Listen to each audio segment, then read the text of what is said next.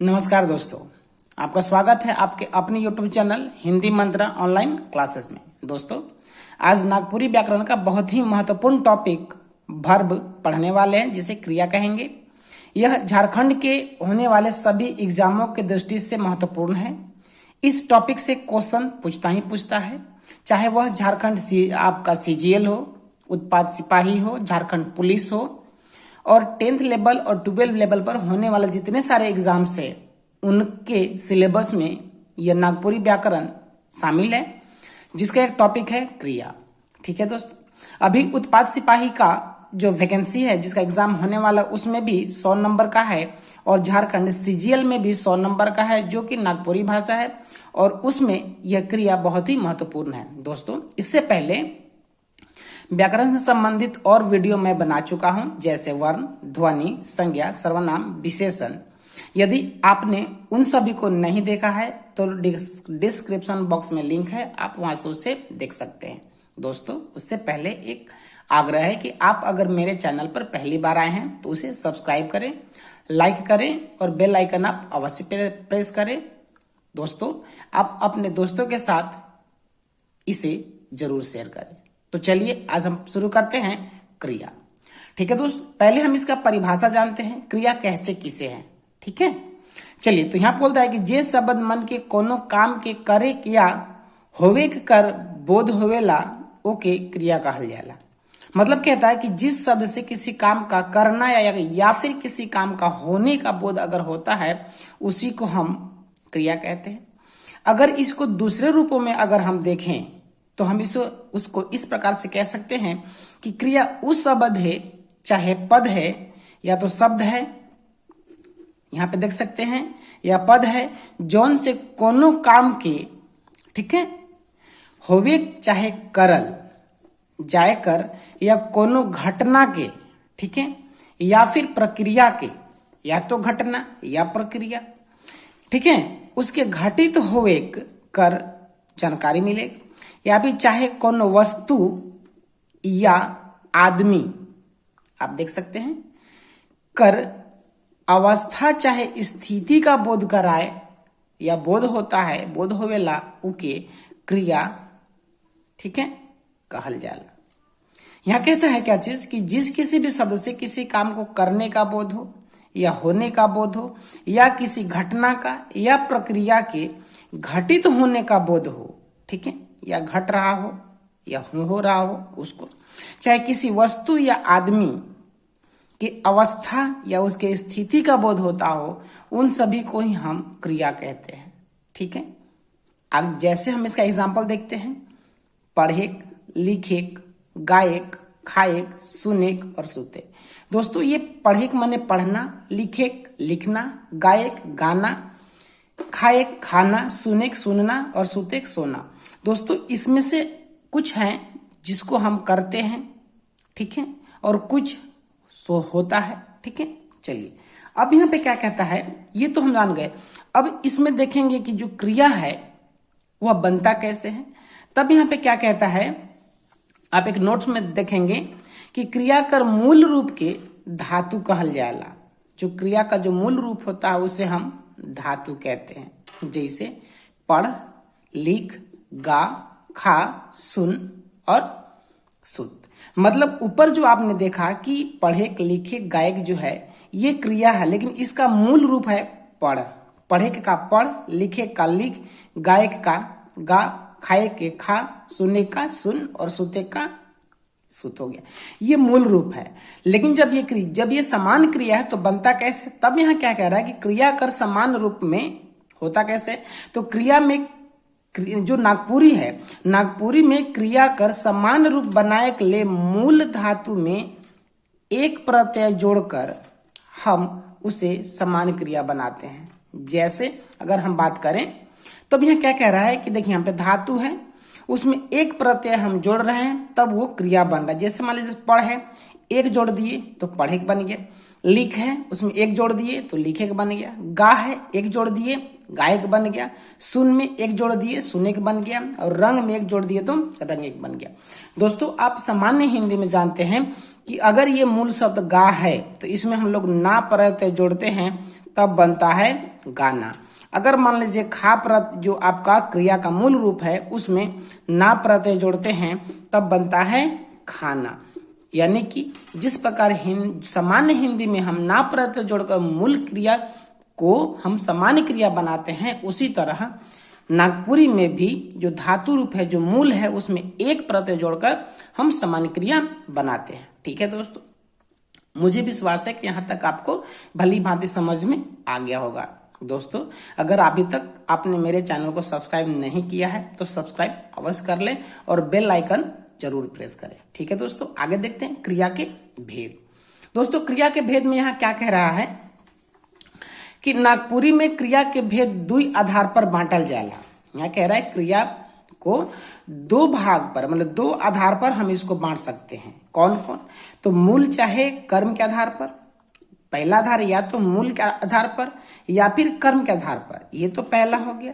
दूसरा कह रहा है संरचना के आधार पर, यानी कि क्रिया को हम दो प्रकार से अलग अलग बांट सकते हैं। दोस्तों, ये भेद नहीं है, ये बांटने का आधार है। हम इनके आधार पर अब भेद पढ़ेंगे। ठीक है, तो सबसे पहले हम पढ़ते हैं मूल चाहे कर्म के आधार पर क्रिया के भेद के बारे में। तब यहाँ पे देखेंगे दोस्तों, यहाँ कह रहा है क्या चीज कि मूल चाहे कर्म के आधार पर क्रिया कर दुई भेद होवेला। यानी कि मूल या कर्म के आधार पर हम बात करें तो क्रिया के दो भेद होते। कौन कौन होते हैं? एक हो गया आपका अकर्मक क्रिया और दूसरा सकर्मक क्रिया। ठीक है दोस्तों, पहला अकर्मक क्रिया और दूसरा सकर्मक क्रिया। ठीक है, पहले हम बात करते हैं अकर्मक क्रिया के बारे में। यहाँ कहते हैं परिभाषा में कि अकर्मक क्रिया का अर्थ होवेला कर्म के बिना। यानी अकर्मक का मतलब भी होता है अ का मतलब नहीं, और कर्म हो गया माने कर्म नहीं, माने जो कर्म के बिना होगा उसे अकर्मक क्रिया कहेंगे सीधा सीधा में। लेकिन अगर इसको हम और देखें, इसके परिभाषा में कल जोन वाक्य में क्रिया के करे चाहे होवे में या तो करने में या होने में कर्म की आवश्यकता नहीं पड़ेला, चाहे कर्म की प्रधानता नहीं होवेला, उके अकर्मक क्रिया कहल जाला। ठीक है दोस्तों, हम इसको समझते कहता है कि वैसी क्रिया जिसके होने में या करने में कर्म की आवश्यकता नहीं होती है, कर्म की आवश्यकता नहीं होती है या कर्म की प्रधानता नहीं होती है, उसे हम अकर्मक क्रिया कहते हैं। ठीक है, अच्छा, इसको हम दूसरे रूप में और कह सकते हैं कि या दूसरे रूप में हम इसको ऐसे कह सकते हैं कि जौन क्रिया के फल कर्ता पर पड़ेला उके अकर्मक क्रिया कहल जाला। मतलब कर्म पर नहीं पड़ेगा बल्कि कर्ता पर पड़ेगा, उसी को हम अकर्मक क्रिया कहते हैं। हम उदाहरण से समझते हैं। सोहन नाचेला, राम हंसेला, छौआ सुतेला, ऊ नाचेला। देखिए, जो अब यहाँ कह रहा है कि सोहन नाचेला, तो सीधा सीधा तो कौन नाचता है? सोहन। राम हंसता कौन है? राम। सुतेला कौन? छौआ मतलब लड़का। तो ये सीधा सीधा नाचना, हंसना, सुतना और ये नाचना जो है इसका सीधा प्रभाव कर्ता पर पड़ रहा है, यानी कर्म का इससे कोई मतलब नहीं है, इसीलिए यह अकर्मक क्रिया है। नाचना, हंसना, सुतना ये जो है यह अकर्मक क्रिया है। ठीक है दोस्तों, अब ख में देखते हैं सकर्मक क्रिया किसे कहते हैं, उसके बारे में जानते हैं। तो देखिए, सकर्मक क्रिया कहता है सकर्मक माने कर्म के साथ, स का मतलब साथ और कर्म हो गया यानी कर्म के साथ। तो कह रहा है कि सकर्मक माने कर्म के साथ, यानी कि जौन क्रिया के करे चाहे होवे में कर्म के आवश्यकता पड़ेला, चाहे कर्म की प्रधानता बनल रहेला, उके सकर्मक क्रिया कहल जाला। मतलब कि वैसी क्रिया जिसमें कर्म की आवश्यकता होती हो या कर्म की प्रधानता बनी रहती है, उसे हम सकर्मक क्रिया कहते हैं। अब इसे हम उदाहरण समझते हैं। यहाँ पहला उदाहरण कैसा है? मोहन किताब पढ़ेला। देखिए, तो मोहन का पढ़ेला किताब, ये देखिए पढ़ने का प्रभाव किताब पर पड़ गया, यानी कि यह सकर्मक क्रिया है। पढ़ना सकर्मक क्रिया हो गया, पढ़ना सकर्मक क्रिया हो गया। माँ भात रंधेला, मतलब माँ है वो भात रिंती है मतलब बनाती है, तो यहाँ पे लिखा रंधेला यानी कि इसका प्रभाव भात पर पड़ गया।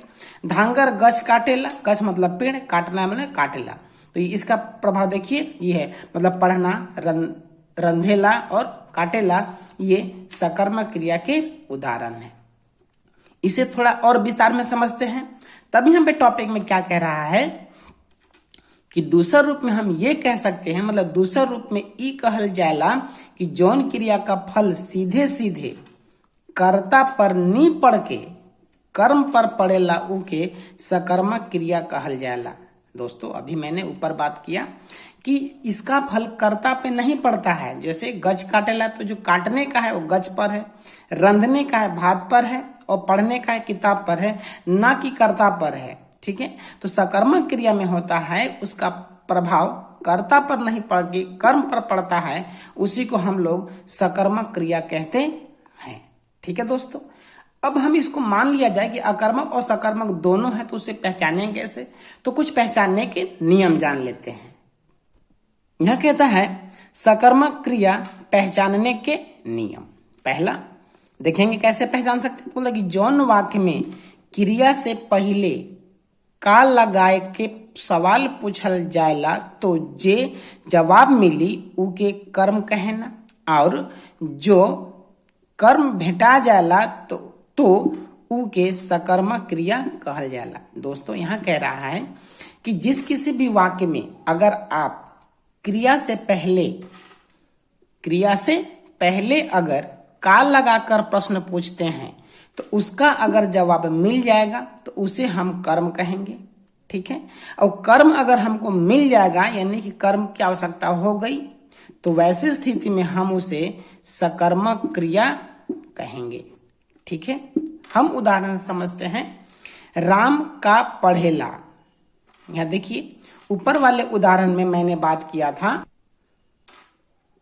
मोहन किताब पढ़ेला, तो मोहन की जगह पे यहाँ पे हम राम ले लेते हैं। ठीक है, माय भात रंधेला। ठीक है, देखिए राम का पढ़ेला किताब, माय भात रंधेला, तो माय का रंधेला तो भात। देखिए जब हम का लगा कर प्रश्न पूछ रहे हैं, यहाँ भी का लगा दिए हैं और यहाँ भी, तो अगर क्रिया से पहले का लगा दिए, क्रिया से पहले क्या लगा दिए, तो अगर इसका हमें जवाब मिलता है वो कहलाता है कर्म। मतलब किताब है वो कर्म है, भात है वह कर्म है। यानी जब कर्म मिल गया यानी कि पढ़ना और रंधना ये क्या है? सकर्म क्रिया के उदाहरण है। तो हम पहचान लेंगे कि अगर हम क्रिया के पहले का लगाकर प्रश्न पूछते हैं, उस प्रश्न का जवाब अगर मिल जाता है या मिलने की संभावना होता है, उसे हम सकर्मक क्रिया कहते हैं। ठीक है दोस्तों, अब हम देखेंगे कि क्रिया के उपभेद। जो सकर्मक क्रिया है उनके हम उपभेद के बारे में बात करेंगे। यहां कहता है एक कर्मक क्रिया और दुई कर्मक क्रिया। मतलब सकर्मक क्रिया के जो भेद है वो दो हैं। पहला है एक कर्मक और दूसरा है द्वि कर्मक। देखिए जैसा नाम है एक कर्मक मतलब जिसमें एक कर्म होना चाहिए, द्वि कर्मक मतलब दो कर्म। तो यहाँ क्या कहता है, परिभाषा देखते हैं। कहता है कि एक कर्मक क्रिया मतलब ऐसा सकर्मक क्रिया। ठीक है, देखिए बोलते कि ऐसा सकर्मक क्रिया जे में एक ठो कर्म होएला। ठीक है, ओके एक कर्मक क्रिया कहल जाला। यानी कि वैसी सकर्मक क्रिया जिसमें एक ही कर्म होगा, दो नहीं होगा, उसे हम एक कर्मक क्रिया कहेंगे। ठीक है, जैसे सुनील गज काटे ला और राम फटफटिया चलाते। अब देखिए, अब हम ये तो सकर्मक है, आप पहले जानते हैं। अगर नहीं जानते तो उसमें क्या होगा कि ये जो क्रिया है इसके पहले का लगा दें। सुनील का काटे ला तो का लगा देंगे तो गज। देखिए एक ही कर्म है। राम कार चलाते तो फटफटिया चलाते। इसका उत्तर हमको मिल गया। ठीक है, और एक ही उत्तर मिला, पहले वाले में गच मिला, दूसरे वाले में फटफटिया मिला। मतलब कि एक ही कर्म मिल रहा है, इसीलिए इसे हम एक कर्मक क्रिया कहेंगे। ठीक है दोस्तों, अच्छा अब हम देखते हैं इसके कुछ विशेषता क्या है। क्या कहता है यहाँ पे, कहता है इकर में क्रिया और कर्ता के बीच का सवाल करके जवाब मिल जाएगा। यानी कि जब भी हम कर्ता और क्रिया के बीच में का लगाकर प्रश्न पूछते हैं, का लगाकर सवाल करते हैं, तो उसका जवाब हमको मिल जाता है, तो उसे हम एक कर्मक क्रिया कहते हैं। जैसे ठीक है, राम का चला थे फटफटिया, सुनील का काटेकला गच। यहाँ देखिए, अब काल कर्ता ये है और ये क्रिया है, तो कर्ता और क्रिया के बीच में क्या लगा दिए हैं, सुनील और काटे के बीच में का लगा दिए, और इन दोनों का उत्तर देखिए, एक में मिला फटफटिया और एक में मिला गज। यानी कि हम कह सकते हैं कि जो प्रस्तुत वाक्य ये दोनों जो वाक्य हैं उसमें एक ठो कर्म है, इसीलिए यह दोनों कौन कौन, चलात और काटे दोनों एक कर्मक क्रिया है। आगे दोस्त देखते हैं हम लोग द्विकर्मक क्रिया। इसमें क्या कहता है कि उस अकर्मक क्रिया जेकर में दुई ठो कर्म होवेला। ठीक है दोस्तों, उसमें कह रहा था कि सिर्फ एक कर्म हो, लेकिन यहाँ कह रहा है कि दुई कर्म हो, उसे हम द्विकर्मक क्रिया कहते हैं। जैसे सीता राम के चिट्ठी लिखलक। ठीक है, यहाँ पे देखिए, एक तो राम है और एक है चिट्ठी। अगर हम कर्ता से पहले का लगाकर प्रश्न पूछते हैं तो सीता राम के का लिखलक, चिट्ठी लिखलक। ठीक है, एक तो मिल गया। अब देखिए, एक राम भी आ रहा, तो किसको लिखा, तो राम को लिखा, तो यहाँ पे दो मिल गया। इसीलिए जो लिखलक जो है वो आपका द्विकर्मक क्रिया का उदाहरण है। अब इसकी विशेषता हम देख लेते हैं कि आखिर इसे हम पहचानेंगे कैसे। तो देखिए, बोलता है कि इकर में का और के लगाए के सवाल करले से दुयो क्रिया मनक जवाब मिल जाएला। ठीक है, अगर एक तो बनता है का लगाकर पूछे, एक बनता है के लगा के पूछे, इन दोनों का उत्तर अगर हमको मिल जाता है उसी को हम बोलेंगे द्विकर्मक क्रिया। जैसे ऊपर वाले एग्जाम्पल में था कि का लिखलक, तो देखिए चिट्ठी मिल गया। के लिखलक माने किसको लिखा या किसके लिए लिखा, तो राम के लिए लिखा, तो यहाँ पे दो मिल गया है, इसीलिए हम इसे कहेंगे कि ये दो मिला, इसीलिए यह द्विकर्मक क्रिया है। एक नोट में कहता है कि द्विकर्मक क्रिया के एक ठो मुद होखेला और एक ठो गौण होखेला। दोस्तों, मुद का मतलब होता है कि मुख्य, यानी एक मुख्य क्रिया होता है और एक ठो गौण क्रिया होता है। तो मुद और गौण में कैसे पहचानेंगे, तो जो क्रिया के पास होता है, जो क्रिया के पास रहेगा उसे मुख्य क्रिया कहेंगे। ठीक है, मतलब मुख्य कर्म कहेंगे, और जो कर्ता के पास होता है उसे गौण कर्म कहेंगे। ठीक है, ऊपर वाले एग्जाम्पल में अगर हम दोबारा बात करें तो यहाँ पे देख सकते हैं कि उसका एग्जाम्पल कैसे आप देख सकते हैं। यहाँ पर क्या लिख रहा है कि राम का चला थे, तो फटफटिया मिल गया था आपको। ठीक है, लेकिन इसमें आपको एक ठो मिला था, लेकिन हम लोग को देखना है कि द्विकर्मक क्रिया में कैसे चलाएंगे। ठीक है, तो द्विकर्मक क्रिया के लिए आपका एग्जाम्पल यहाँ पे देखी है, जो आप देख सकते हैं, राम और सीता वाला, तो सीता राम के चिट्ठी लिखला।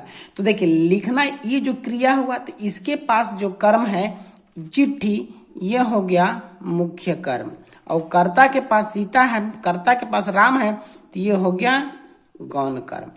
ठीक है दोस्तों, गौण कर्म का मतलब कि इसका महत्व कम होता है और मुख्य मतलब इसका महत्व ज्यादा होता है। ठीक है दोस्तों, मुझे विश्वास है कि आप लोगों को यहाँ तक समझ में अकर्मक और सकर्मक आ गया होगा। अब हम लोग पढ़ेंगे संरचना के आधार पर क्रिया के भेद। कहता है कि संरचना के आधार पर क्रिया कर 5 भेद है, मतलब संरचना के आधार पर क्रिया के 5 भेद हैं।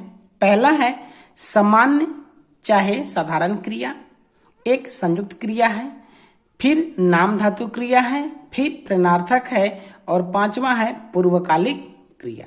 फिर से मैं आपको बता दूं, पहला सामान्य चाहे साधारण क्रिया, दूसरा संयुक्त क्रिया, तीसरा नाम धातु क्रिया, चौथा प्रेरणार्थक क्रिया, और 5वां पूर्वकालिक क्रिया। अब हम बारी बारी से इन 5 के बारे में पढ़ते हैं, देखते हैं क्या कहता है। पहला पढ़ेंगे हम लोग सामान्य।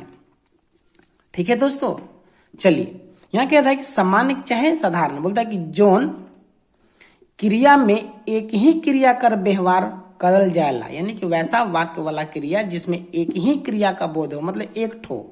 ठीक है, एक ठो क्रिया का व्यवहार अगर किया जाता है उसे हम सामान्य चाहे साधारण क्रिया कहते हैं। जैसे किसना किताब पढ़ेला, सुनीता मछली धरेला।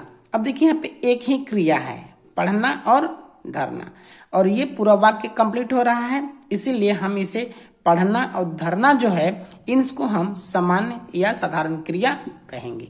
अगला देखते हैं संयुक्त क्रिया।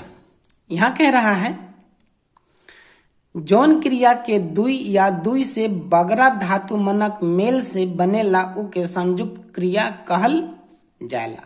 दोस्तों यहाँ कह रहा है कि वैसी क्रिया जिसमें दो या दो से अधिक, बगरा का मतलब होता है अधिक, इस बगरा का माने होता है अधिक। ठीक है दोस्त, अधिक, आप इसे जरूर याद कर लें, अधिक।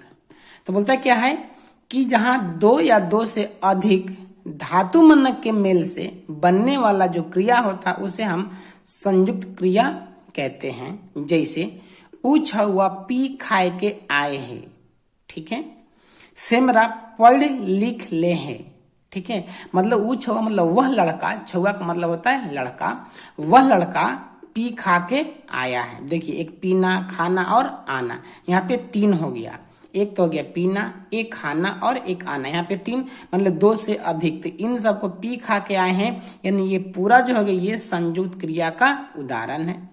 सोमरा पढ़ लिख ले ले हैं। अब देखिए यहाँ पे बोलना कि पढ़ना, लिखना और लेना, ये तीनों हो गया, मतलब दो से अधिक, इसलिए पढ़ लिख ले हैं, इनको बोलेंगे हम लोग संयुक्त क्रिया। ठीक है दोस्तों, चलिए अब एक विशेषता का बात कर ले। तो क्या कहता है कि इकर में पहला क्रिया मुद अर्थ देवेला। ठीक है, इसमें जो पहला होता है उसमें मुद अर्थ मतलब मुख्य अर्थ, मुद का मतलब मुख्य होता है। ठीक है, तो बोलते इकर में पहला क्रिया मुद अर्थ देवेला और दूसर क्रिया उकर अर्थ के अति महात्म प्रदान करला, मतलब कि अति महात्म प्रदान करता है। यानी कि जो ये जो आप देख रहे हैं, जो मुख्य, जो लास्ट वाले होते हैं उसको जो मुख्य होता है मैं पहले बता चुका हूं, और बाद वाले जो होते हैं उसका अति महात्म बनाया जाता है। ठीक है, अगला देखते हैं हम लोग नाम धातु क्रिया। यहां पे क्या कहता है कि ई क्रिया मनक मूल के कोनो धातु रूप में नहीं होकेला, बल्कि या बाकी कोनो संज्ञा, सर्वनाम चाहे विशेषण होवेला, और ई लखे संज्ञा, सर्वनाम, विशेषण से बनल क्रिया नाम धातु क्रियामण होवेला। दोस्तों हम फिर से बता दें इसका मीनिंग। बोलता है कि इस क्रिया में होता क्या है, कोई मूल रूप नहीं होता है, बल्कि उस मूल रूप के जगह मतलब मूल धातु के जगह पे कोई संज्ञा शब्द हो सकता है, सर्वनाम शब्द हो सकता है या विशेषण शब्द हो सकता है। तो इन्हीं तीनों से बनने वाले जो क्रिया होगा उसी को हम नाम धातु क्रिया कहेंगे। जैसे अब हम उदाहरण हम समझते हैं बारी बारी संज्ञा, सर्वनाम और विशेषण से। ठीक है दोस्तों, अब देखिए यहाँ पे उदाहरण में क्या कहता है। चलिए तो सबसे पहले हम बात कर लेते हैं। अब कह रहा है कि नाच, नाच से नचवायक, ये जो है संज्ञा है। ठीक है, नाच यानी डांस का नाम हो गया, तो उससे बन गया तो हो गया नचवायक, तो ये हो गया नाम धातु क्रिया। लालच, बात और रंगे। ठीक है, तो ये सब जो हो गए आपके संज्ञा हो गए, और इनसे जो संज्ञा है इससे बनने वाला ये नाम धातु क्रिया हो गया। यानी अगर बात है तो बतियायक, रंग है तो रंगे, लालच है तो ललचुआयक। तो ये जो बना आपका संज्ञा से, ये संज्ञा है, तो इस संज्ञा से बनने वाले नाम धातु क्रिया हो गए।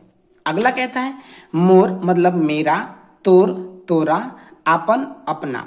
तो मोर से मरुआयक, तोर से तुरुवायक और आपन से अपनायक। तो ये देखिए ये है सर्वनाम, और सर्वनाम से बनने वाले को, इन सभी को बोलेंगे हम लोग नाम धातु क्रिया। अगला देखते हैं गरम, ये विशेषण है दोस्तों। तातल विशेषण है, साठ विशेषण है, दोहरा विशेषण है। तो इन विशेषण शब्दों से नाम धातु क्रिया कैसे बनता है, तो गरम से गर्मवायक, तातल से ततलुवायक, साठ से सठवायक और दोहरा से दोहरायक। तो ये सभी क्या है, विशेषण है। तो विशेषण से बनने वाले जो क्रिया है उसे हम लोग नाम धातु कहेंगे। ठीक है, चौथा देखते हैं दोस्तों। अगला कहता है कि प्रेरणार्थक क्रिया। ठीक है, तो प्रेरणार्थक क्रिया में क्या कहता है, यहाँ पे परिभाषा देख सकते हैं आप कि जे क्रिया मन में कर्ता स्वयं काम नहीं करके कोनो दूसर के काम करे के लिए प्रेरित करेला, ओ के प्रेरणार्थक क्रिया कहल जाएला। दोस्तों यहाँ कह रहा है कि वैसा क्रिया जो कर्ता उस काम को स्वयं नहीं करता है, बल्कि कोई दूसर आदमी से उस काम को करने के लिए प्रेरित करता है, उसी को हम लोग प्रेरणार्थक क्रिया कहते है, मतलब जो करता है वो स्वयं नहीं करेगा बल्कि किसी और को करने के लिए कहता है, इसीलिए हम उसका नाम दिए हैं प्रश्नार्थक क्रिया। चलिए दोस्तों उदाहरण से हम समझते हैं। उदाहरण में कहता है कि मैं धंगरीन से भात रंधवाएला। अब देखिए अगर माँ खुद होती, अगर खाना बनाती तो यहाँ पे होता वर्ड माँ भात रंधेला, लेकिन यहाँ कह रहा है रंधवाएला, तो किससे? धंगरीन से। तो माँ खुद नहीं बना रही है बल्कि धंगरीन को कह रही है कि तुम भात को रंधो, मतलब भात बना दो, यानी कि माँ के प्रेरणा से धंगरीन भात को बनाती है, इसीलिए रंधवाएला प्रश्नार्थक क्रिया का उदाहरण है। दूसरा देखते हैं, मरियम मोय से चिट्ठी लिखवाएला। मरियम मोय से चिट्ठी लिखवाएला। मरियम स्वयं नहीं चिट्ठी लिख रही है बल्कि मुझसे लिखवा रही है, यानी कि मैं भी स्वयं नहीं, हम मरियम के प्रेरणा से हम चिट्ठी लिख रहे हैं, इसीलिए लिखवाएला प्रश्नार्थक क्रिया का उदाहरण है। दोस्तों क्रिया का अंतिम हम लोग देखते हैं अभी, जो उसका भाग है, भेद है पूर्वकालिक क्रिया। दोस्तों देखिए इसमें क्या कहता है कि जौन क्रिया मुख्य क्रिया से पहले होएगला, यानी जो मुख्य क्रिया होगा उससे पहले ही घटित हो जाएगा, उसी को हम पूर्वकालिक क्रिया कहते हैं, मतलब ऊ के पूर्वकालिक क्रिया कहल जाएला। ठीक है दोस्तों, फिर से मैं आपको बता दूं कि वैसी क्रिया जो मुख्य क्रिया से पहले ही अगर संपन्न हो जाता है उसी को हम लोग पूर्वकालिक क्रिया कहते हैं। जैसे उदाहरण से देखते हैं हम, मरियम स्कूल से आए के खेली। अभी वो खेली है जरूर, लेकिन स्कूल से आने के बाद, यानी खेलने का जो खेलना और आना, यहाँ पे दो क्रिया हो गया, एक खेलना और एक आना। तो कहता है कि मरियम स्कूल से आए के खेली है, तो पहले खेली नहीं, पहले आ गई है, यानी आने का काम पहले हुआ है, इसीलिए आना पूर्वकालिक क्रिया है। सोमरा भात खाए के जाई, वो जाएगा लेकिन खा के, यानी खाने का काम पहले होगा और जाने का काम बाद में होगा। दोस्तों ये जो खाने का काम है वो पहले होगा, जाने का काम बाद में होगा, तो खाना पूर्वकालिक क्रिया है, आना पूर्वकालिक क्रिया है, कहे कि आने के बाद खेलेगी, तो यानी पहले आएगी तो हो गया पूर्वकालिक क्रिया।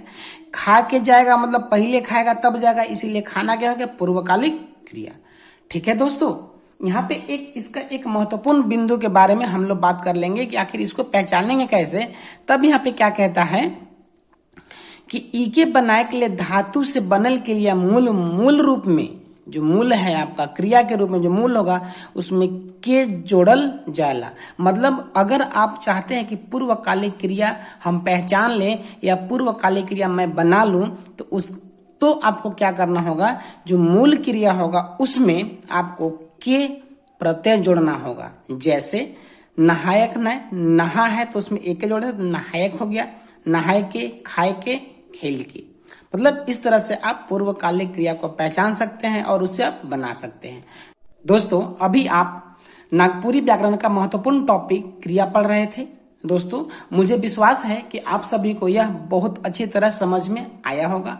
दोस्तों आपसे आग्रह है कि अगर आपने अभी तक मेरे चैनल को सब्सक्राइब नहीं किया है तो सब्सक्राइब जरूर कर ले, क्योंकि मैं इसी तरह का वीडियो बनाकर लाता रहता हूं जो कि आपके एग्जाम से संबंधित महत्वपूर्ण होते हैं। आप अगर झारखंड सीजीएल या उत्पाद सिपाही का तैयारी कर रहे हो या टेट का तैयारी कर रहे हो तो उसके लिए यह टॉपिक और नागपुरी व्याकरण आपके लिए बहुत ही महत्वपूर्ण है। इसीलिए दोस्तों एक बार फिर आपसे आग्रह है कि अगर आप मेरे चैनल पर नए हैं या पहली बार आए हैं तो उसे सब्सक्राइब जरूर कर लें, बेल आइकन जरूर प्रेस कर लें। दोस्तों अगर आपको यह अच्छा लगता है तो उसे लाइक करें और दोस्तों के साथ शेयर जरूर करें। दोस्तों वीडियो देखने के लिए आप सभी का बहुत बहुत धन्यवाद।